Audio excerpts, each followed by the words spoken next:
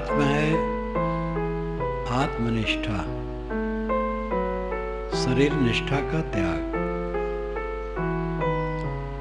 शरीराध्यास अनादि अर्जित है, स्वरूपाध्यास शून्य की तरह। मैं देह हूं, इस प्रकार की भावना मनुष्य के मन में है। मैं शुद्ध चेतन हूं, इसका बोध नहीं। बोध है तो इसका मनन नहीं है।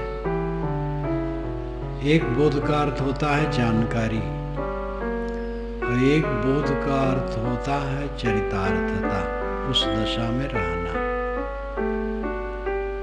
बोध का प्रयोग दोनों के लिए होता है। असली बोध है तृप्ति। उस अवस्था में बिल्कुल ठहर जाना ही सच्चा बोध है। लेकिन जानकारी को भी बोध कहते हैं। सद्गुरु कबीर ने कहा, चलो का टेढ़ो टेढ़ो टेढ़ो, दसों द्वार नरक भरी बूढ़े, तू गंदी को बेड़ो।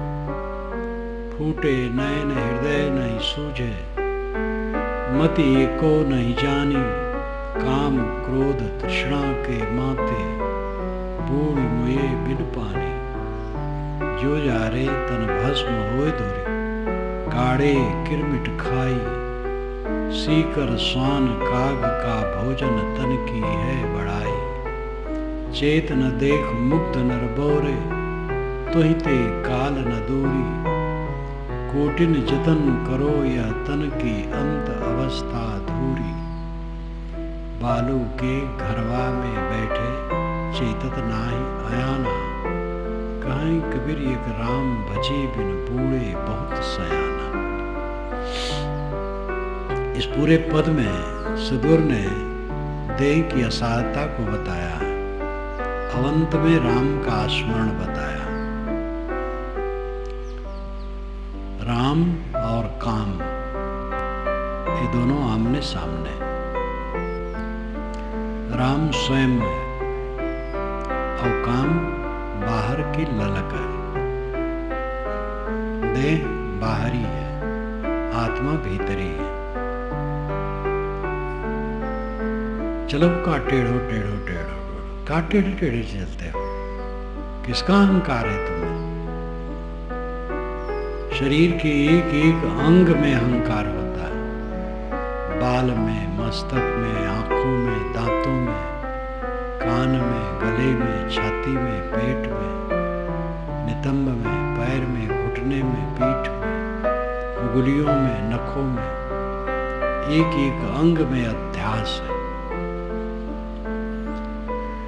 मोहासक्ति है, अविद्या के कारण, अज्ञान के कारण। ये पूरा साज टट्टी पेशाब का है, हाड़ चाम का। क्षण ही में भूलुंठित हो जाता है। मूर्छा आती है आदमी को, बेभान हो जाता है। क्षण ही में इसका पता नहीं लगता कहाँ गया। जवानी बहुत थोड़े दिन की है, फिर आदमी बूढ़ा हो जाता है। एक आदमी बड़ा लंबा चौड़ा सुंदर था, 50 वर्ष की उम्र। वो कहे कि मैं लाठी मारूं तो पेड़ रोक सकता है, मनुष्य नहीं रोक सकता है। उसका एक ही लड़का, वो 30-32 वर्ष का, वो भी सुंदर जवान। वो कहे मैं जमीन में पैर मार दूं तो जमीन से पानी की पिचकारी निकलेगी। ऐसा दुर्भाग्य कि दोनों 1-2 वर्ष में मर गए। उसके ब्रह्मभोज में मैं गया और वहीं रहते रहते मैंने देखा घर भिट हो गया। घर की जो 2 महिलाएं थी वो कहाँ गई कुछ मुझे याद नहीं। वो भी मर गए कि कहीं अलग चली गई, भिट्ट हो गए। जिसको इतना बड़ा गुमान था, इतना बड़ा भ्रम था, थोड़े दिन में शून्य हो गया। बड़े बड़े राजे महाराजे शून्य हो जाते हैं। अभी हम लोगों के देखते देखते जवाहर नहीं रहे, इंदिरा नहीं रही, राजीव नहीं रहे, राव नहीं रहे। कई प्रधानमंत्री अपने कमरों में बैठे उदास होकर के दिल्ली में।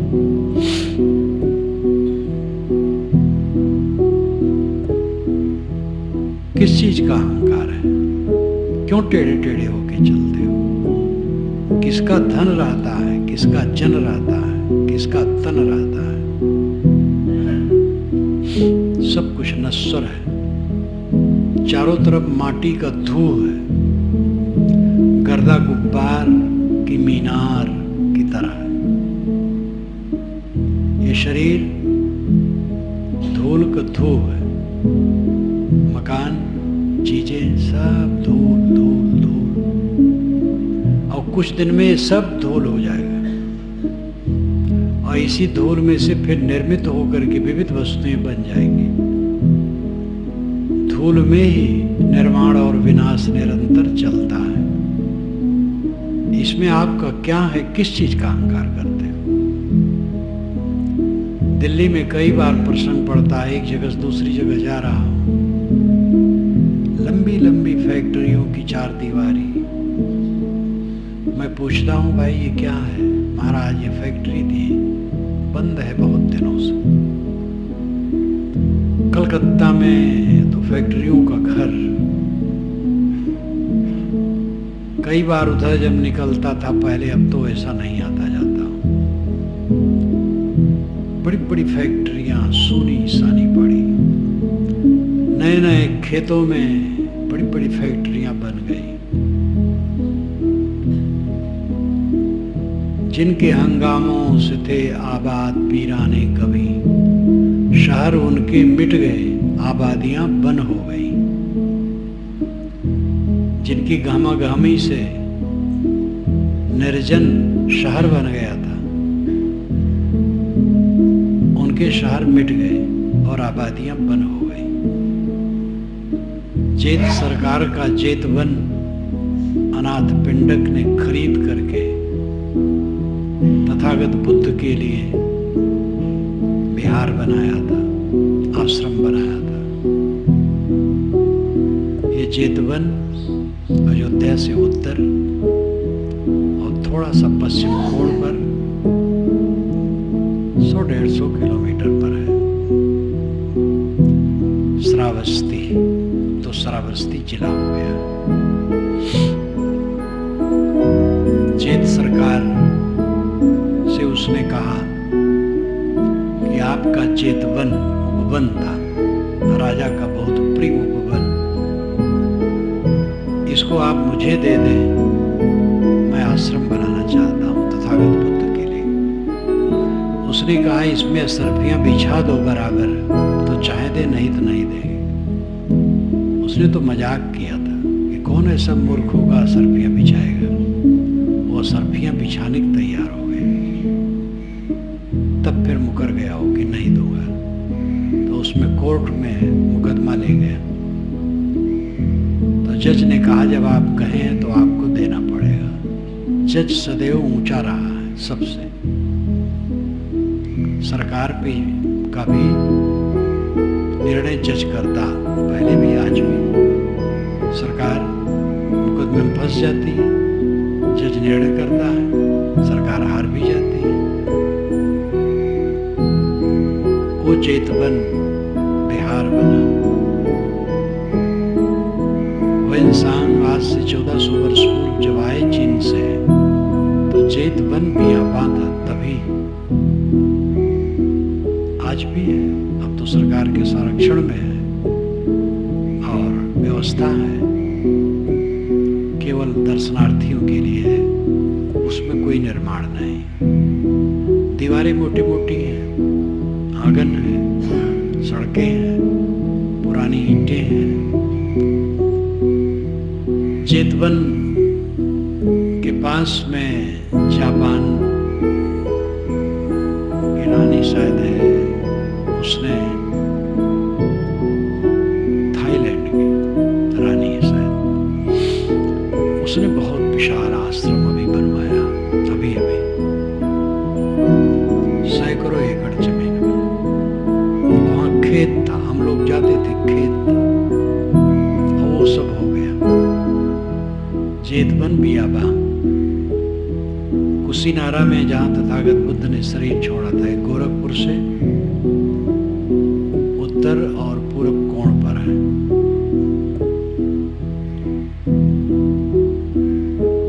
वो एक बड़ा नगर था, हो गया था। वेनसांग ने लिखा है कि कुछ हिस्से में थोड़े आदमी रहते और सब सूना पड़ा है। कोई हमला करके ध्वस्त नहीं किया था। न मालूम क्या परिवर्तन है संसार का।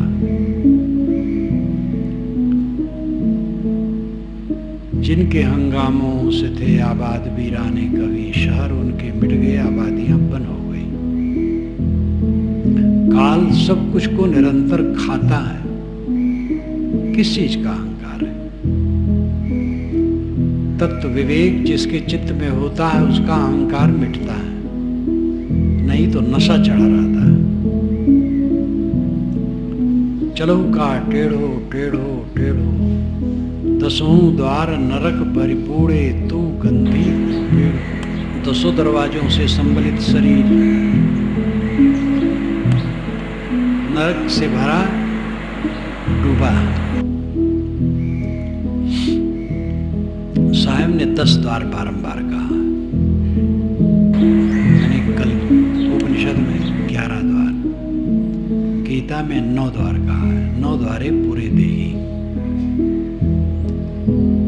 तो उसमें ब्रह्मरंध्र और नाभि नहीं ली गई है। और उपनिषद में पूर्व में 11 द्वार कहा गया। ये पूर्व नगर 11 द्वार का है, तो उसमें नाभि और ब्रह्मरंध्र दोनों लिया गया। कबीर साहब ने 10 द्वार हर जगह कहा है, तो उसमें ब्रह्मरंध्र लिया गया है।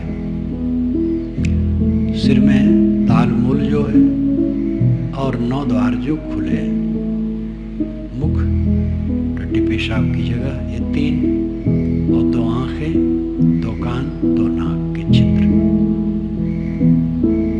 इस 10 द्वार से संबलित शरीर नरक का पिंड है। 10 द्वार नरक भरिपूरे, तू गंदी को बेड़ो।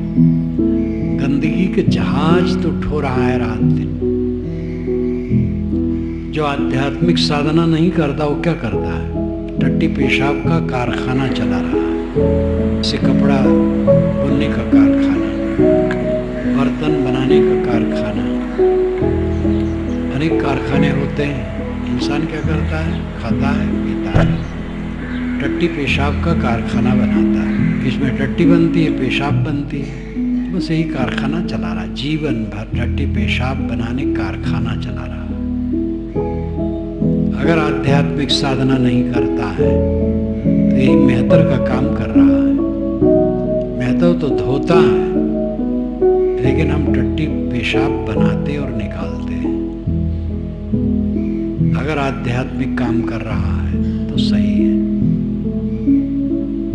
फूटे नयन हृदय नहीं सूझे, मति को नहीं जाने। तुम्हारी आंखें फूटी हैं, जो देख नहीं पा रहे हो शरीर क्या है। शरीर का अहंकार। चार टट्टी हो जाए तो फिर उठना बैठना मुश्किल होता है, इसी का तुम्हें घमंड है। कुछ दिन बुखार आ जाए तो खाट पकड़ लेते हो, कहीं धक्का लग जाए तो हाथ पैर टूट जाएगा और हॉस्पिटल में पड़े रहोगे। और कहीं प्राण नाम निकल गए तो गए, राम नाम सब। रात दिन हमारे चारों तरफ हो रहा है। क्या हमारा शरीर कहीं अलग है? कुछ ऐसा ना हो तो भी रात दिन ये छीड़ हो रहा है और मिट करके रहेगा। किस चीज का घमंड है? फूटे नैन, तुम्हारी आंखें फूटी हैं जो देख नहीं पाते हो। हृदय नहीं सूझे, हृदय की आंखों से भी नहीं सुझाई देता है कि निर्मित वस्तु मिटती है, मिली वस्तु छूटती है। चार आंखों का वर्णन कबीर साहब कई बार करते हैं। ऊपर की तो ऊ गई, यहू की गई है राय, काहे कबीर जाकी चारी हो गई, ताको का हो पाए। कबीर साहब का हृदय बहुत तेज था, इसलिए जो कहते हैं उनकी वाणी इतनी तेज रहती है कि हृदय के चित्त में बेध जाती है। तो अब उनका हृदय ज्यादा संवेदनशील है और सकारात्मक है। और ऐसे भी होते कहते साहब हम ही को कह रहे हैं, यानी हमारी बुराई कर रहे हैं। अब उनकी गंदगी अविवेकी है। तो पात्रता अलग अलग है। एक स्कूल में बहुत बच्चे पढ़ते हैं और अध्यापक तो समान ही प्रवचन करता है सबके लिए। पात्रता के अनुसार विद्या में उन्नति लोगों की होती है। साहब का हृदय बड़ा तेज था, बड़ा साफ, पारदर्शी, वाणी भी पारदर्शी, और वैसे वो कोमल थे। डॉक्टर हृदय प्रसाद द्विवेदी की भाषा में कहें, वज्रादप कठोर, कुसुमादप कोमल। वज्र से भी अधिक कठोर और फूल से भी अधिक कोमल उनका चित्त था। भ्रम को तोड़ने के लिए वो वज्र के समान थे, लेकिन साधकों, भक्तों और संतों के लिए फूल के समान थे। फूटे नयन हृदय नहीं सूझे, मति एको नहीं जानी, एक भी बुद्धि कल्याण की तुम्हारे में नहीं है। काम क्रोध तृष्णा के माथे, बूढ़ी मुझे बिन पानी। काम क्रोध और तृष्णा में तुम डूबे हो, रात दिन मत वाले हो। काम वासना एक काम है जो काम का अर्थ प्राय माना जाता है, लेकिन काम बहुत व्यापक है। किसी से नमस्कार कराने की इच्छा भी काम है। मेरा नमस्कार उसने नहीं किया, इतने में गाल फूल गया। आरती कराने की चेष्टा, साधु गुरु घर में आए, आरती नहीं कर रहे हो, अपने को साधु गुरु कह रहे हैं। अरे भक्त कोई आरती कर ले तो उसको भी बोझ मानना चाहिए। आरती करना चाहिए जहां आप को करने योग्य हो, आरती करो, भक्ति भावना से करो, दिखावा के लिए न करो। लेकिन अपने लिए आरती कराने की चेष्टा कितना अज्ञान है। अपनी पूजा कराने की चेष्टा, अपना सत्कार कराने की चेष्टा, ये कामना भयंकर रोग है। साधु वेश धर लेने के बाद तो मन में यही होता है कि हम पुजवाने के लिए साधु वेश पाए हैं, और ऐसे साधु मिलते हैं, साहब अभी पूजा हुई है लेकिन हमें कम पूजा दी गई है, हम 40 वर्ष के साधु हैं। मालूम होता है पूजा के लिए साधु हुए हैं कि पूजा पाओ, पैसा पाओ। अब पूजा करने वाले ने जैसे दे दिया। 5 साधु आए हमारे कैंप में, इलाहाबाद अभी अर्धकुंभी लगी थी। 5 साधु सब डंडा लिए थे, आए, दंड प्रणाम हुआ, बैठे। मैंने कहा भोजन कर लीजिए। कहने भोजन किए हैं, फिर और बातचीत होने लगी। कि अच्छा महाराज विदाई कीजिए, चलो। तो मैं समझ गया विदाई लेने के लिए आए। तो देवेंद्र थे, मैंने कहा भाई 10-10 रुपये दे। 10-10 रुपये में क्या होगा? एक कंबल और 100-100 रुपये। मैंने कहा कंबल तो मेरे पास नहीं है। कहे अब आपकी बात ही दूसरी है, आप तो जो चाहे कर दे, बड़ी बड़ाई मेरी की। कहीं एक दिन मैं सुना हूँ यहाँ भंडारा हुआ है, 500 रुपये विदाई दी गई है। मैंने कहा मैं तो जानता भी नहीं हूँ। तो अब बैठे हैं, अब चलने की सोच रहे हैं। अच्छा तो चलो, इतना क्या लेंगे, चलो। मैंने कहा बड़ी कृपा आपकी। उठ के खड़े हुए कि हम लोग जा रहे हैं। मैंने कहा बड़ी कृपा। तो एक ने कहा कि संत ऐसे जा रहे हैं बिना विदाई के, ठीक नहीं है, और कुछ बढ़ा दीजिए। मैंने कहा भाई 10 और दे दो।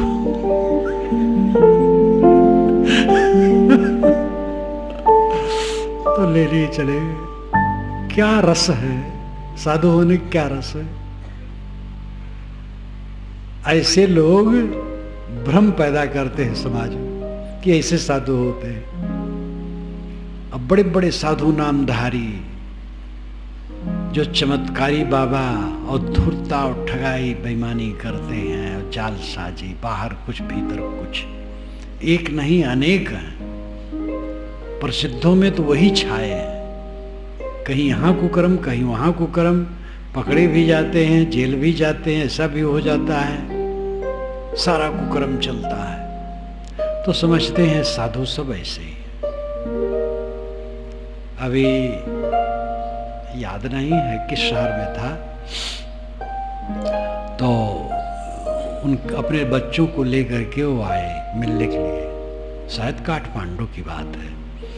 तो कहा कि बच्चों से, माँ ने कहा कि महाराज इससे कहा बच्चों से कि चलो महात्मा के दर्शन के लिए। बच्चे कह रहे महात्मा के पास नहीं जाएंगे, महात्मा बड़े बदमाश होते हैं।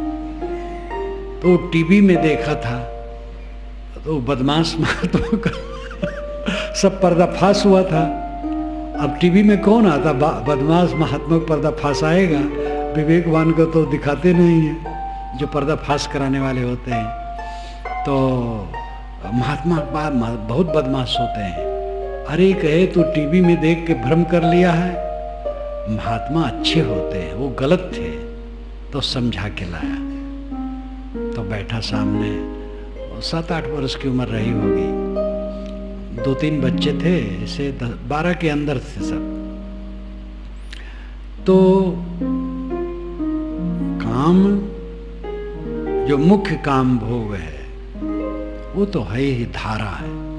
और उसके लिए मैं बारंबार निवेदन करता हूँ गृहस्थों को भी, न्याय से पूछिए तो केवल संतान के लिए नर नारी का संजोग है और कुछ नहीं। 1-2 संतान हो गए बस, कुछ नहीं, संयम से रहो। इतना कोई नहीं रह सकता है, तो भी जितना बन सके संयम से रहेगा तो सुखी रहेगा, नहीं तो बिलबिलाएगा। एक कीचड़ है, कुछ नहीं है। संतान प्राप्ति के अलावा और सब कुछ नहीं। उत्तेजना है, मलिनता है, पछतावा है, वासना की वृद्धि है, तृष्णा है, भवबंधन है। कल्याण की प्राप्ति के लिए तो इसका मनवाणी कर्म से त्याग अत्यंत आवश्यक है।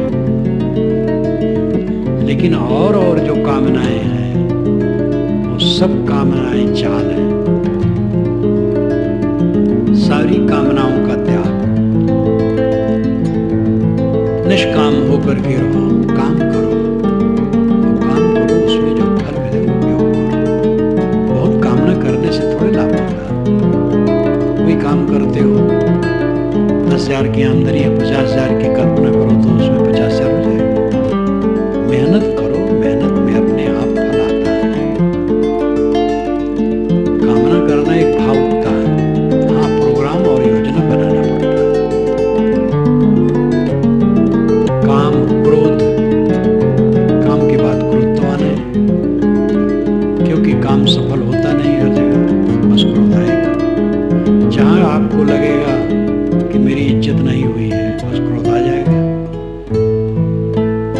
कितने स्वामी हरदम बड़बड़ाते रहते हैं, क्योंकि वो समझते हैं जितना मैं योग्य हूं, जो मेरा पद है, मेरी प्रतिष्ठा है, उसके अनुसार मेरा आदर नहीं हो रहा है, इसलिए भड़बड़ाते रहते हैं।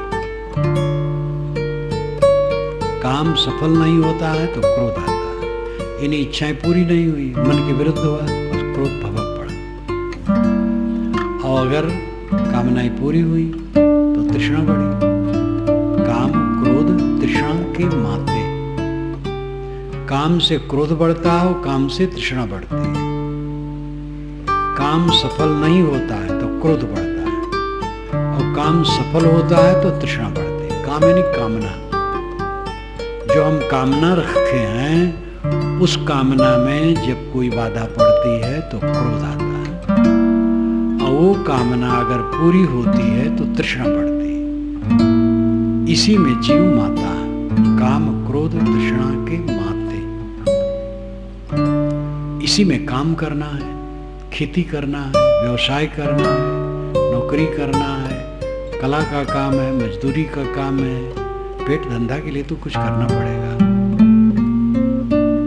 और उसमें अर्जन की जरूरत है, धन की जरूरत है, उसके संग्रह की भी जरूरत है, फिर वितरण यानी खर्च की भी जरूरत है। ये सब करना है, लेकिन काम को जीत करके सब करो। ठाकुर काजर ठाकुर कारिक। आंख में लगे तो कंचन है, गाल में लगे तो कालिक है। थोड़े में बिंदु का फर्क होने से ऊपर नीचे खुदा का जुदा हो जाता है।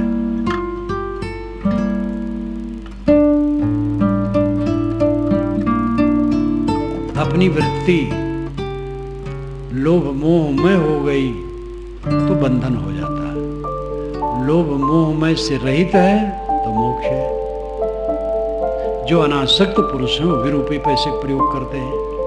गृहस्थ विरक्त में जो कोई अनासक्त पुरुष, पुरुष का मतलब व्यक्ति, पुरुष का मतलब स्त्री पुरुष वाला पुरुष नहीं, कोई भी व्यक्ति हो जो अनासक्त है, पैसे का प्रयोग वो भी करे। एक परम वैराग्यवान हो, बस में बैठेगा, टिकट खरीदना है, अगर टिकट नहीं खरीदते हो, पैसा भी नहीं है तो उतार देगा। तो व्यवहार व्यवहार की जगह पर है। जीवन का व्यवहार यथावत करना होगा। अनासक्त पुरुष का व्यवहार पवित्र हो जाता है और उसके व्यवहार में क्लेश नहीं आता है। सफलता हुई, ठीक है, सफलता में स्वाभाविक हर्ष ज्ञानी को भी होता है, अनासक्त पुरुष को भी होता है, लेकिन वो हर्ष नहीं होता है जो भावुकता पूर्व हो। और असफलता में उसको भी कष्ट होता है, लेकिन वो कष्ट नहीं होता है जो दुखदाई हो, जैसे वो सो न पावे, खा न पावे, रह न पावे, बेचैन रहे, ऐसा नहीं होता। हकीकत तो स्वीकारना होगा। अनुकूलता मिलने पर सबको प्रसन्नता आती है, प्रतिकूलता मिलने पर अप्रसन्नता आती है। लेकिन अनासक्त पुरुष की ये प्रसन्नता अप्रसन्नता हल्की होती है, आसक्त व्यक्ति की गहरी होती। जितनी आसक्ति होगी उतनी गहरी होगी, और उतनी बेचैनी, उतनी परेशानी। जीवन जीने का तरीका यही है, अनासक्त होकर के जियो।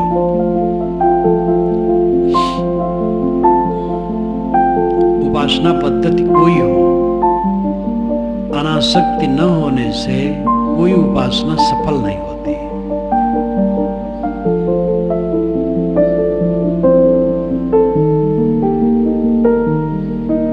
अनासक्ति है, कोई उपासना सफल होगी। सगुण उपासना, निर्गुण उपासना, कोई उपासना।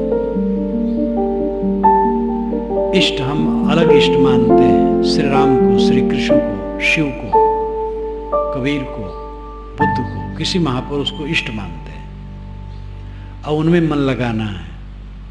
तो दुनिया से अनासक्त होगे तब तो उनमें मन लगेगा, और दुनिया में आसक्ति हो तो उनमें कैसे मन लगेगा। निर्गुण उपासना, आत्मा में मन लगाना है, तो अनात्मा का मोह छूटेगा तब तो उसमें लगेगा। साधकों को जो साधना में सफलता नहीं होती है, उसमें मूल कारण है अनासक्ति का न होना। जितनी अनासक्ति पक्की होगी उतनी सफलता होगी। काम क्रोध तृष्णा के माते बोई मुए बिन पानी, जो जारे तन भस्म हुए दुर्गाड़े किरमिट खाई। शरीर को जला देने पर यह राख हो जाता है, गाड़ देने पर कीड़े मिट्टी खा लेते हैं। जो जारे तन भस्म हुए दुर्गाड़े किरमिट खाई, सीकर स्वान काग का भोजन। बाहर पड़ा रहे तो सियार कुत्ते कौवा का भोजन हो जाता है। तन की है बड़ाई, तुम्हारे शरीर की इतनी बड़ाई है साहब, एकदम उतार देते हैं। यही हकीकत है, कोई झूठ नहीं है, असलियत है। बालू के घरवा में बैठे चेतत ना है आया ना, अय मूर्ख, बालू के घर में बैठा है, चेत नहीं रहा है। ये भरभरा करके कब गिरेगा कोई पता है? काई कबीर एक राम भजे बिन बूढ़े बहुत सयाना। अंतिम में साहब राम भजन कहते हैं। वह राम किसको कहते हैं? अंतरात्मा को। कबीर साहब के गुरु रामानंद स्वामी थे, इसकी चर्चा अधिक है। कुछ लोग इसका जबरदस्त खंडन करते हैं कि रामानंद उनके गुरु नहीं थे। मैं तो इसके खंडन और मंडन में नहीं रहता हूं, किंतु ये लगता है कि रामानंद स्वामी कबीर साहब के गुरु रहे होंगे, लेकिन वो एक सीमा तक। जैसा कि इतिहास पढ़ के जाना जाता है और स्थिति जानी जाती है, कबीर साहब विचार जाना जाता है और स्वामी रामानंद का विचार जाना जाता है, उससे ये लगता है कबीर साहब थोड़ी उम्र के थे। गरीबदास जी महाराज ने कहा है, 5 बरस के जब बहे काशी माही कबीर, गरीबदास अजब कला ज्ञान ध्यान गुण सीर। कबीर जब काशी में 5 बरस के हुए, अजब कला थी उनकी, ज्ञान ध्यान गुण में श्रीमुकुट, बहुत तेज थे। और वो पूरा जीवन ही उनका हलचल, हर समय तर्क, गलत बात पर तर्क, संसार से विरक्ति और आध्यात्मिक अनुराग, किसी मत के साधु से जुड़ जाना, तुरंत प्रेम करना, भक्ति भावना प्रदर्शित करना और गलत हो तो तर्क करना।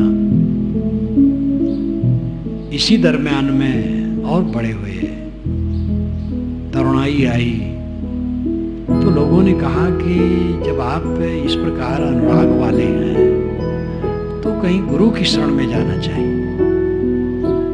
इसमें रामानंद स्वामी काशी में सबसे श्रेष्ठ है, तो हो सकता उनके पास गए हो और उनको गुरु माने हो। और किसी भी मुमुक्ष के लिए, आध्यात्मिक पथ के पथिक के लिए एक गुरु का आधार चाहिए, जिससे निर्देश ले और जिसके दिव्य आचरणों से आधार लेकर के अपने को शोधे। और ऐसी छाया रामानंद स्वामी की मिली होगी।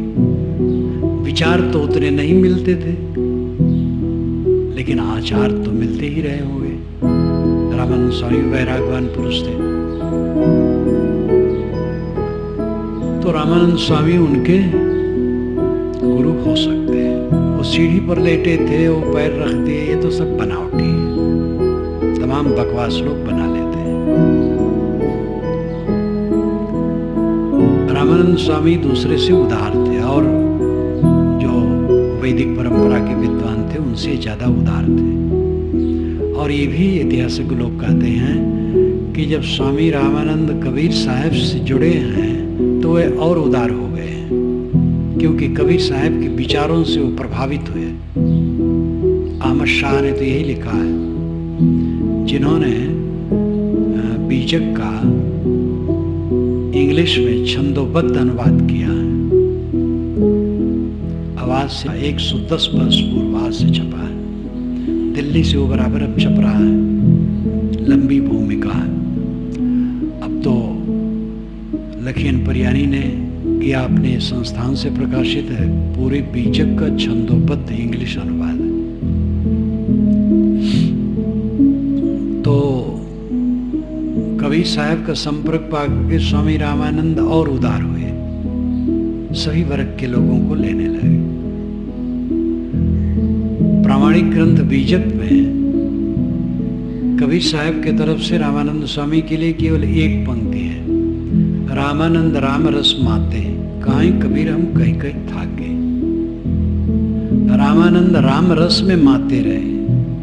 कबीर साहब कहते मैं काका के थक गया, लेकिन मेरी बात वो माने नहीं। इसमें निकटता और दूरी दोनों प्रतिबिंबित होती है। रामानंद रामरस माते, ये दूरी का लक्षण है। रामानंद स्वामी रामरस में माते रहे, तो रामरस में तो कबीर साहब भी माते रहे, लेकिन दोनों के रामरस में फर्क था। रामानंद स्वामी श्री राम को ज्यादा श्रेय देते थे, या परोक्ष में कोई राम होगा, और कबीर साहब अपरोक्ष राम, आत्मा रूपी राम पर जोर देते थे। ये दोनों में फर्क था। परोक्ष राम को लेकर के ही कबीर साहब ने व्यंग किया है, रामानंद रामरस माते।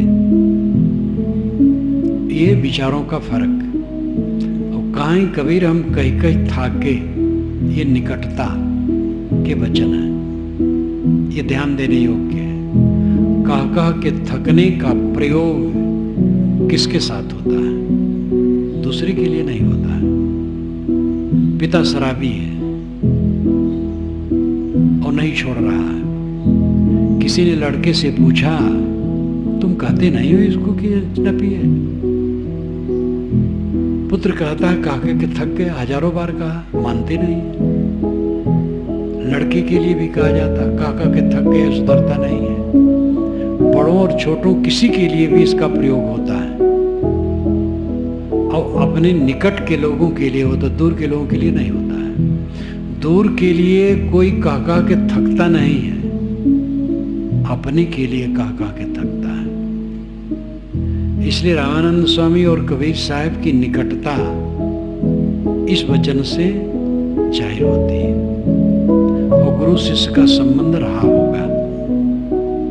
कबीर साहब एक सहृदय, विवेकवान, वैराग्यवान, ज्ञानवान संत थे। वो गुरु का आदर तो बीजक में ही प्रामाणिक ग्रंथ जो है भरा है। गुरु का उपकार, जाको सदगुरु ना मिला व्याकुल दो दिस थाय, आंख न सूझे बावरा कर जरे घूर बुझाए। गुर सीढ़ी देव उतरे शब्द विमुखा होए, ताको काल घसीटी है राख सके नहीं कोय। बीजक में ही केवल देखो कबीर साहब के वचन में गुरु के प्रति कितनी भावना है। अन्य वाणियों में तो और बहुत है जो कबीर साहब वाणी मानी जाती है। तो रामानंद स्वामी एक योग्य वैराग्यवान संत थे, तो उनको गुरु माने स्वाभाविक है। लेकिन विचारों का फर्क था, वो भी कहते हैं। और कबीर साहब ऐसे नहीं थे कि बस मान लो गुरु हैं तो मान लो। वो यथार्थ को मानने वाले थे, ये उनकी विशेषता थी। तो यहां पर बात आई राम रस में मतना। राम रस आत्मरस, राम सबके अंदर है। एक राम दशरथ का बेटा, एक राम है घट घट लेटा, एक राम है जगत पसारा, एक राम है जग से न्यारा। ये कहावत है। एक राम दशरथ का बेटा है, वो हमारा पूर्वज है, पूज्य। और एक राम घट घट लेटा है। सभी शरीरों में जो आत्मा है वो राम है, और उसमें एक राम है जगत पसारा। एक राम तो जगत पसारा में डूबा है, यानी एक प्रकार के जीव हैं जो दुनिया के मोह माया में डूबे। और एक राम है जग से न्यारा। एक राम ऐसा जग से न्यारा हो गया। तो कुल मिलाकर के जो घट घट में है वही राम है। और दशरथ पुत्र राम वो एक व्यक्ति है। वैदिक परंपरा की तमाम शाखाएं हैं, वे राम को उपास्य नहीं मान सकते हैं, लेकिन अंतरात्मा रूपी राम की उपासना कोई भी इनकार नहीं कर सकता है। वैदिक छोड़ दो, मुसलमान, ईसाई, यहूदी, कोई नहीं इनकार कर सकता है, क्योंकि वही राम है, आत्मा राम है। अपने आत्मा राम को पहचानो। स्वामी शंकराचार्य कहते हैं, यथा यथा प्रत्यगवस्थितम मनः तथा तथा मुंचति बाह्य वासना निशेष मोक्षे सति वासनानां आत्मानुभूति प्रतिबंध शून्य। यथा यथा जैसे जैसे, यथा यथा प्रत्यक अवस्थितम मनः, प्रत्यक अवस्थितम मनः, प्रत्यक भीतर मन अवस्थित होगा। जैसे जैसे मन बाहर से लौटकर अंतर में स्थित होगा, तथा तथा मुंचति बाह्य वासना, वैसे वैसे बाहरी वासनाएं छूटती चली जाएंगी। निशेष मोक्षे सति वासना नाम, सारी वासनाओं, निशेष नाम सारी, समस्त वासनाएं जब छूट गई, आत्मानुभूति प्रतिबंध शून्य, तब प्रतिबंध शून्य आत्मा की अनुभूति होती है, बंधन रहित आत्मा की अनुभूति होती है। बस इतने ही मोक्ष और बंधन है। बाहर मन फंसा है, बंधन है। बाहर से मन सिमट करके अंतर्मुख हो गया, मोक्ष। चित्त की पूरी निर्मलता मोक्ष है। खिंचाव गंदगी है, खिंचते रहना, किसी व्यक्ति में, वस्तु में, परिस्थिति में खिंचते रहना, आसक्त रहना, ये बंधन है। कहीं न खींचना, कहीं आकर्षित न होना, अनाकृष्ट स्थित, यही मोक्ष है। मोक्ष में स्थित कहाँ है? स्वरूप में। पर रूप में स्थित नहीं होते, स्वरूप में होती है। स्वरूप स्थित, स्वरूप स्थित, स्व खुद रूप पदार्थ स्थित ठहर जाना, अपने पदार्थ में रुक जाना। अपना पदार्थ स्वच्छ सत्ता है, स्वचेतन सत्ता, और उसी को आत्मा ब्रह्म इत्यादि सब कुछ कहा जाता है। उसके अलावा कहीं कुछ खोजने से मिलेगा नहीं। जहां खोजो फिर मन का चक्कर चला, वासनाएं शांत हो गई, अपने आप में स्थिर हो गया, बस गंतव्य मिल गया, मंजिल मिल गई। अब फिर मन चलाओ तो फिर दूर जाओ। मन चलेगा तो संसार में फैलेगा, और मन सिमट गया, संसार से लौट आए अपने आप में। तो परमात्मा कहीं बाहर की चीज नहीं जो मिले, आत्मा परमात्मा है। कहाँ है कबीर, एक राम भजे बिन बूढ़े बहुत सयाना। साहब कहते हैं कि राम के भजन बिना बहुत सयाने, बहुत समझदार डूब गए, अपने को बहुत बड़ा विद्वान और सयाने मानते थे और डूब गए। ऐसे ऐसे विद्वान मिलते हैं जो वासना में बिलबिलाते हैं। अच्छे विद्वान है, प्रखर विद्वान है, कई भाषा के विद्वान है, लेकिन अध्यात्म से कोरे हैं। पंडितों में ऐसे ऐसे होते हैं। एक पंडित की प्रशंसा तो मैंने इतनी सुनी थी, क्या पूछना। बचपन में, पूर्व आश्रम की बात है, जब मैं एक बारात में गया और वहां पर ये सुना कि वो भी आए हैं, तो मैं खुश हो गया। और मेरी भक्ति भावना खूब रहती ही थी। तो दूसरे दिन जब बारात की हलचल बंद हुई, शांत हुई, दूसरे दिन ठहराव का होता था, तीसरे दिन विदाई होती थी पहले, तो एक जगह वो बैठे थे, कई लोग बैठे थे, दरी बिछी थी, गद्दे बिछे थे, 5-7 लोग बैठे थे। मैं उनको पहचान तो लिया था लोगों द्वारा कि वही हैं, और बुजुर्ग थे। उस समय उनकी उम्र कम से कम 75 रही होगी, और मेरी उम्र तो याद भी नहीं कितनी रही होगी, 14 रही होगी कि 15 रही होगी।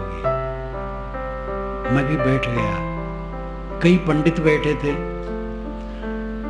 और उनके साथ बैठने से मुझे लगा कि मुझे कुछ मिलेगा। और वो जो अश्लील बोल रहे थे, संस्कृत उदाहरण, श्लोक पर श्लोक, और भाषा में भी संस्कृत बोलते जाएं, और जो विषय वासना की बात, मैं तो ऊब गया। और उनसे मैं क्या कहता, इतना अंतर उम्र का। मैं चुपचाप उठ करके अपने आसन पर चला गया। मन खट्टा हो गया। जिसके विषय में इतनी प्रशंसा सुनी थी, वो इतना वासना लिप्त। दूसरे एक थे, वे कम उम्र के थे, उनसे बहुत दिनों के बाद उनसे भी मुलाकात हुई, वे भी ऐसे थे।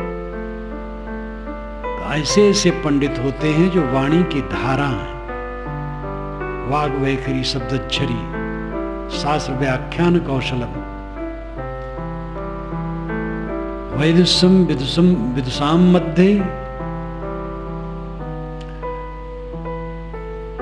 भुक्ते न तो मुक्ते। वाणी की धारा, वाग वैखरी, वाणी से खूब तेज बोलते, शब्दच्छरी, शब्दों की झड़ी लगा देते हैं, शास्त्र व्याख्यान कौशलम, शास्त्र की व्याख्या करने में कुशल होते हैं। लेकिन विद्वानों के बीच में अपनी महिमा बढ़ा करके भोग का साधन करते हैं, कोई कल्याण का नहीं। इसलिए विद्वान होना कोई कल्याणकारी नहीं। न विद्वान होना, न धनवान होना, न प्रतिष्ठित और पूजित होना कल्याणकारी है। कल्याणकारी है निर्मल मन का होना। कम पढ़े लिखे कोई हर्ज नहीं, काम चलाओ है, और अपने मन को शुद्ध करने के लिए यथार्थ बोध प्राप्त करे, मन को शुद्ध करे, अपने आप में ठहराव करे, बस बेड़ा पार है। और बहुत पढ़ा और बह गया तो क्या हुआ? इसलिए वास्तविकता पर ध्यान देने की जरूरत है। कबीर साहब काशी में रहे तभी तो कहे पोथी पढ़ पढ़ जग मुआ पंडित हुआ न को। पंडितों का गढ़ है। कबीर साहब के जमाने के 1000 वर्ष, 1500 वर्ष पूर्व से ही, 2000 वर्ष पूर्व से ही काशी पंडितों का गढ़ रहा, आज भी है। गली गली में 5 संस्कृत विद्यालय, सामान्य विद्यालय, 4 विश्वविद्यालय वहाँ हैं। और पंडितों के घरों में अभी भी पांडुलिपियाँ संस्कृत ग्रंथों की बहुत पड़ी हैं, जो छपी ही नहीं है। तो पंडितों का गढ़ आज भी है। लेकिन पंडित क्या करेगा? इसका मतलब ये भी नहीं कि जितने पंडित हैं सब ऐसे होते हैं। साधक भी होते हैं, अच्छे भी होते हैं। अच्छाई बुराई तो कहीं भी हो सकती है। कोई वर्ग, कोई जात, कोई वर्ण, कोई क्षेत्र, कोई देश की व्यर्थ प्रशंसा की जरूरत नहीं है। सब जगह उत्तम मध्यम कनिष्ठ है। खास बात है कि जिसमें हमारे जीवन की सफलता है वो है यथार्थ बोध और चित्त की निर्मलता में। यथार्थ बोध हो कि मेरा अपना स्वरूप